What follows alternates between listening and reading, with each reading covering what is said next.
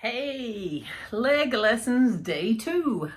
Now, when I left the hospital, I was told that I'd need 1 to 2 weeks of intensive physio when they get to the leg making stage. So I'm still waiting for this 1 to 2 weeks of intensive physio. So anyway, bearing that in mind, I set off in today. I'm supposed to have 2 sessions, 10 a.m. and 2 p.m. And we're hoping to have the trial socket sorted by the end of the day. So I go in this morning and I'm a little bit early. The physio wasn't there yesterday afternoon, like I said, so the prosthetist was holding off to make till the physio came in this morning because really there's nothing else that he can do. It's all just down to physio now. So I'm sitting drinking a coffee in reception, and now bear in mind I've only been to the limb centre once. And I've only met him once before this session today. We went for a casting, and then we had the one session with him, one day with him yesterday. So anyway, I'm sitting in reception, drinking coffee, and he comes out and he goes, "Hey Mel, nice to see you here. I've put your leg is ready in the gym. If you want to go in and put it on and just do a warm up, I'll be in a minute." Now bear in mind, he's shown me how to put this thing on once or twice. After one session with me, by the time we got to the afternoon session, he left me in there and said, "Oh, I'll be back in a minute. I'll leave you practicing." Just consider for a second how fast it's gone from I'm a brand new amputee to, "Oh yeah, your leg's in there, just go and put it on, I'll be back in a minute." Now I'm pretty confident this does not happen with anybody else normally. So off I went in and I put the leg on. So exactly how does it work when you put a leg on? Well, here is how you put a leg on. So this is how to put your beginner basic leg on. We start off with the liner, and it's got like a jelly interior and it goes on first. You have to start it inside out and pull it up. Then we have the socks. Now these are sort of like fluffy socks, and they're used in layers to keep the socket tight. Then you put the socket on at 45 degrees, and that black neoprene layer holds the leg onto my leg. So I walked up and down in the parallel bars once, and he's done another adjustment on the socket since yesterday, and it's feeling much better. And so anyway, I'm sitting down for a moment, considering what to do next, and I can hear the physio's arrived, and she's talking to him next door, and the conversation was kind of like, "Oh, she's not like you might expect, and she's already doing this and already doing that," and all this sorts of conversations. I can sort of overhear just bits of it. Anyway, she comes in and tells me that what we're planning to do today is we're going to, there's a series of things she's intending to do with me today that will take a few hours. This morning and this afternoon. I was like, okay, cool. So she noticed my crutches on the floor, and she said, "Oh, they're your crutches." "Yep." "So have you walked with crutches with the prosthetic yet?" No, the prosthetist wanted to leave that pleasure for you." She said, "Oh, really?" So the intention was to walk me up and down inside the parallel bars using the crutches, just for safety.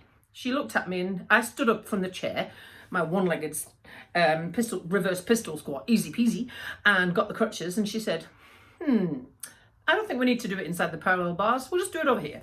Anyway, she had me walking up and down once, and she was standing quite close to me, obviously for safety, and I'd only walked one length of the room before she decided this was just not necessary, and she stepped back and watched me walking backwards and forwards a few more times, talked about techniques, how to stride, how to walk through, the best way to use the socket, how to use the crutches and all that sort of thing. Anyway, I've walked up and down 2 or 3 more times, and then I took this video.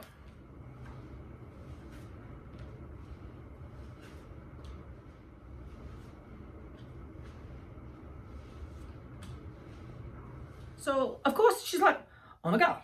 Right, well, obviously we don't need to practice that anymore." So asked me about the house. And I said, "Oh, there's a couple of steps into the front door, but that's covered up by a ramp. We don't need to worry about that. And there's 2 or 3 steps into the back. They're big, wide steps." And she asked me, did I ever use them on crutches before? And I said, yeah. And she asked me how I did it. And so I would leave the crutches on the bottom step. And she said, "Do you put the crutches on the bottom step and hop up?" And I said, "No, I do not hop up, because I've got enough upper body strength to put the crutches on the bottom and leverage myself up with a step, not a hop." She said, "Oh." So she showed me how to walk up steps in the gym. There's these little steps, and then we practiced that a few times. Now, going up the steps, fine, super fine. Except I forgot that I've now got a leg on the end of this knee, and the first time I did it, I didn't lift my knee up high enough to compensate for the fact there's now a foot on the end. Whoops. So anyway, I learned that trick quite quickly, and up we go up the steps. Up is fine. Then she said about going down. Now these are quite narrow steps. Now we tend to avoid narrow steps anyway at the moment. But anyway, it was the weirdest thing, putting your foot down onto the step and having to put all of your weight through the crutches and the foot whilst your actual foot is lifting up and moving down the step to meet it. It was so weird. I had to do this 4 or 5 times. I repeated until I'd gotten used to this weirdness. But it was straightforward. Then we did a few slopes, and that was also straightforward. And she's like, okay. Well, let's go for a walk. I said, okay, where are we going? So we walked out of the gym, across the foyer, down the ramp and out into the car park and back again. Now, all of this has taken 45 minutes. And then she's like, right, okay, we're done for the day. Like, what? What do you mean we're done? What about this afternoon? What about, this morning? Oh, no, we've covered everything we need to cover. Right, okay. So we don't need this afternoon. No, we don't need this afternoon. No. So the prosthetist came back in and talked to me again. And I'm like, wait a minute, what happened to this intensive physio that takes 1 to 2 weeks? And he said, oh, what normally takes everybody 2 weeks, you did that yesterday. Oh, right. Okay. Oh, well, we'll carry on the Mel does this 10 times faster than everyone else.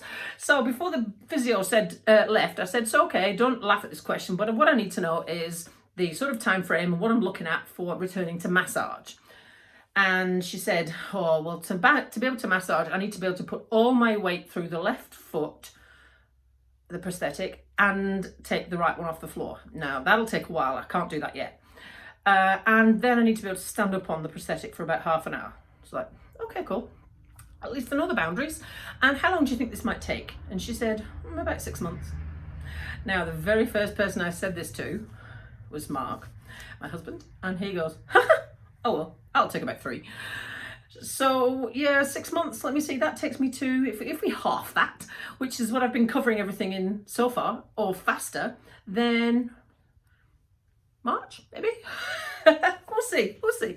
So she reckons 6 months, I reckon March. Let's see. What do you think? Give me a comment below. I'd love to hear what you think. What do you think? When do you think I'll be able to return to massage? It'll be interesting. So then I'm told that's it, we're done. So I'm like, okay, what now? And he says, well, we're going to make the leg. Right. So what covering would you like on it? Now, I didn't know until this point that they actually cover the socket with fabric. Now, they laminate the fabric on the inside and the out, and then the rest of the socket is made out of, I forget what he said, fiberglass plus, I can't remember actually.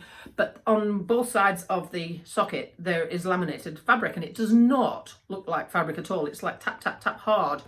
So what a decorated socket looks like is this. This was a model that she brought in to show me. And then they were talking about the designs. So I have an idea of a number of ideas of designs, and she said, "Oh yeah, that's cool. We get them from a certain manufacturer. We can order them online." And wait, no, we're not ordering anything because that's going to take longer. What have you got in the building? So she went and got some fabrics, and I had to choose which pattern I wanted. Now I was told this leg is probably only going to last me 4 to 6 weeks. So there's no point in going fancy panancy with this leg, but she wanted to make it look slightly jazzy so that we can, so it makes me feel a bit better. So this was the fabric I went for with the leg. So as you can see, I don't want the prosthetic leg to blend in and look like an actual leg. If I have to wear a prosthetic leg, I'm going to own it like a boss. So here's the exciting part. So they're going to go and make that leg. I'm priority because I'm a brand new amputee, and they're making that leg over the rest of the week, and I collect it on Monday. So Monday next week, I go to Dunedin and come back with a leg. How about that? Now, you're wondering why the socket has to be fancy. Well, if you look back at the how to put a leg on, the layer of neoprene that's holding this leg on, that will go eventually. We're using the neoprene because the other methods of holding a leg on, suction and pin lock, they both rely on the wound being completely healed. And if we do it too soon, then it puts too much pressure on the incision. So we're not doing that. So the rubber layer that goes over the top, holds the leg on, that's just temporary for now, and that won't last forever. But the other layers underneath, they do. So I'm going to need a legs bits and bobs drawer, I think. So the most exciting thing that happened today, I stood up and walked around again, and I get to get a leg on Monday. I have no idea how I'm going to contain myself for the rest of this week waiting for a leg. You know what? Right now, the fact I'm not allowed to swim really doesn't matter, because I'm going to have 2 feet again on Monday. I can't tell you how excited I am. So that was today's news. I hope you enjoyed it. I certainly did. And I will be back again tomorrow. Have a great evening.